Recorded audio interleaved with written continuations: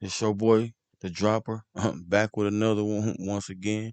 This part 4 to the, you feel me, to the little story. Let's go on and get into it. Man, this shit is, bruh, it ain't no let up. And I'm talking about it's not failing to disappoint.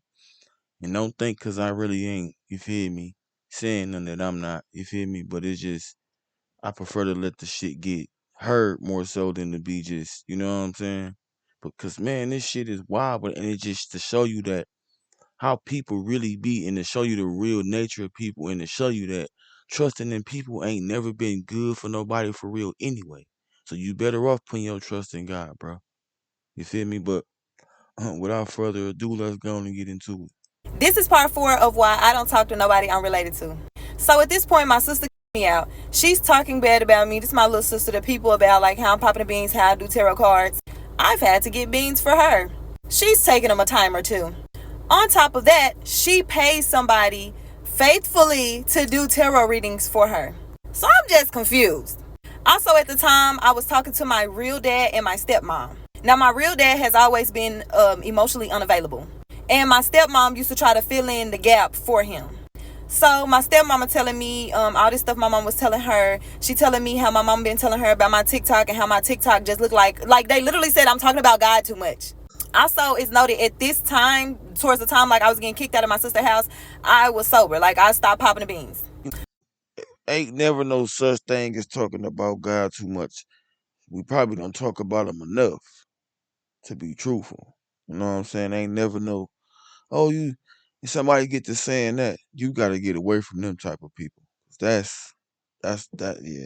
that's scary. That ain't nothing to want to be around. But yeah, I started talking to my real daddy, and I was just a little girl who just wanted my daddy there for me. So I needed emotional support, and I thought my daddy could give it to me. But I seen how my stepmama and my real daddy kept coming to me with stories about my mama. And they let me know that they weren't really supporting me. It was like they were like, oh, we all got an equal hate for your mama, so let's team up. I went with that shit because if you're gonna be there for me, be there for me, for me. Don't be there for me because you don't fuck with my mama. So block them, cut them off. I was just tired of it. But I knew I had to leave, and I knew God was also telling me that it's time for me to go. If y'all have ever been in a situation where somebody kick you out or you get fired from a job or something and you just lost, like, why did this happen? Why they treat me like this? That's God pushing you. So I knew that. So I was like, let me get my shit and go. I grabbed as much as I can. I had to throw away a lot of stuff. I had to put what can only fit in my car. So I didn't have much. So I get on the road to go to this city that's an hour and 45 minutes away. And this is where my daughter grandma lives. My daughter grandma months before tried to get me to come stay with her, and I think it's because my mama was calling her, telling her all types of stuff about me, and instead of her like listening to it and believing it and stuff, she actually called me trying to help me, but she never said why. She just was like, you don't want to come live down here with me? And at the time I had the apartment in the other city, so I was like, nah, I'm getting my shit together, I'm good. But this was months before all this happened. This woman was hearing all this stuff, and instead of talking about me, she tried to help me. So I revisited that opportunity. I'm on the road already on my way to her house. I called her. I said, hey, do you mind if me and the kids come and stay with you for a little bit until I get myself on my feet? She was like, yeah, I don't mind. And immediately went to what my grandkids doing though. I'm like, oh, they in the backseat chilling. I'm thinking she want an explanation. She want information. She was just like, no, what the kids doing? Yeah, you can come. Okay, end of story. So when I left, I didn't tell nobody where I was going because nobody wanted to know where I was fucking going. Everybody knew that this girl then gave me a date to leave. She grown as hell. It's her house. Cool. I'm a grown ass woman too. I got me and my kids. But what baffled me is the fact that my family was making statuses, calling around, doing all this shit like they don't know where I'm at. Oh my God, we so worried for her. We worried for her because she got them kids. They even ended up finally calling my daughter's grandmother, which I'm gonna start referring to as my mother-in-law. They end up calling my mother-in-law, and she was like, your family want to know where you at. Because I let her know they're gonna, if they call or whatever, don't tell nobody where I'm at. Because bitch, when you kicked me out and you knew I had your niece and your nephew, you didn't ask me, do y'all got somewhere to go? Do you got Exactly. a And plan? that's the Nobody shit. asked me that. They Listen, I'm telling you, and that's the shit right there. And then it's gonna be when you get up and get your shit, get the going for you and get the flowing for you, motherfucker come. Oh, hey, sis, hey, cuz, hey, hey, hey, hey. All of a sudden now it's, you feel me? what my nigga Mike Jones say back then, it didn't want me. Now I'm hot. Now that y'all, you hear me? And you feel me? And you don't even gotta be returning. And that's the thing though, cause that's how you can fumble your blessing. You don't gotta return or repay them back with hate. Give them love from a distance. Keep it moving. You feel me? Straight up. Just said go. So she like, your sister on the phone like crying. What sister, baby? I thought she was talking about my big sister. No, she's talking about the little sister that's been dogging me out, that did not want me to stay at her house, that kicked me out and told me no, I had to go, that didn't ask me if I had nowhere to go. Little sis on the phone crying, frantic, wondering where you and your kids at. They just so wary. Can I tell them where you at so they can stop stressing? I just told her we good, whatever. So being here with her, my mother-in-law, they come from a nurturing family. And so again, all black though, y'all know how it is with black people. We think we supposed to forgive and reconcile. So she steady telling me I need to talk to my mama, this and that. I start feeling bad. I didn't give her the full story because I'm still ashamed of my story at the time. So I'm sitting here like, damn, this all my fault. Like, I didn't put false claims on people. I'm really thinking I'm in the wrong. So I start calling people and apologizing and trying to make things right.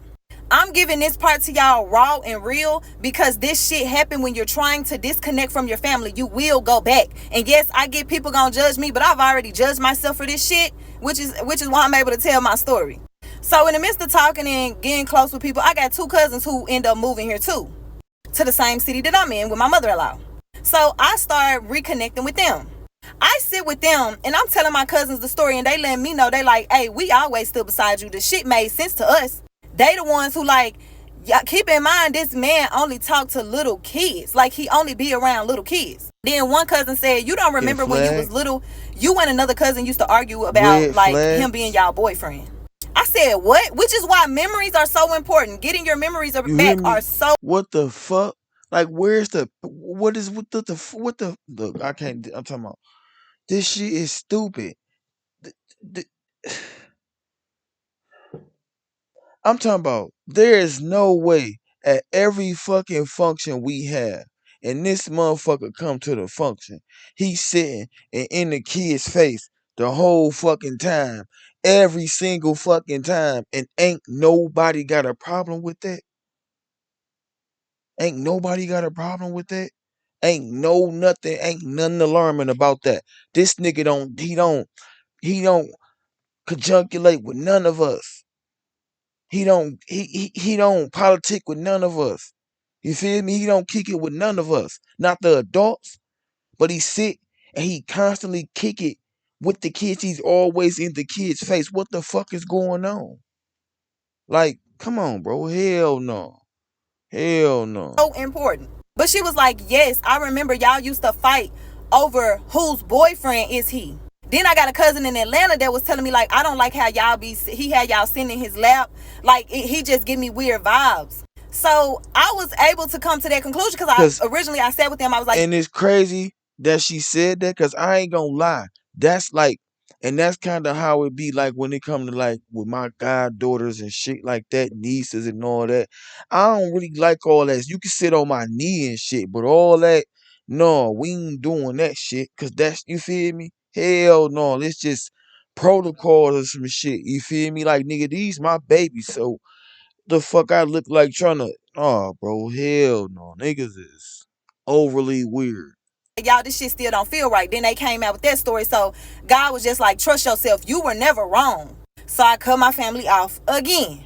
So this when they started to get pissed the fuck off. Cause I'm done. They calling me, begging me to see my kids. The same sister who told me she don't want me around her son. Bitch, you really think you about to come and get my kids?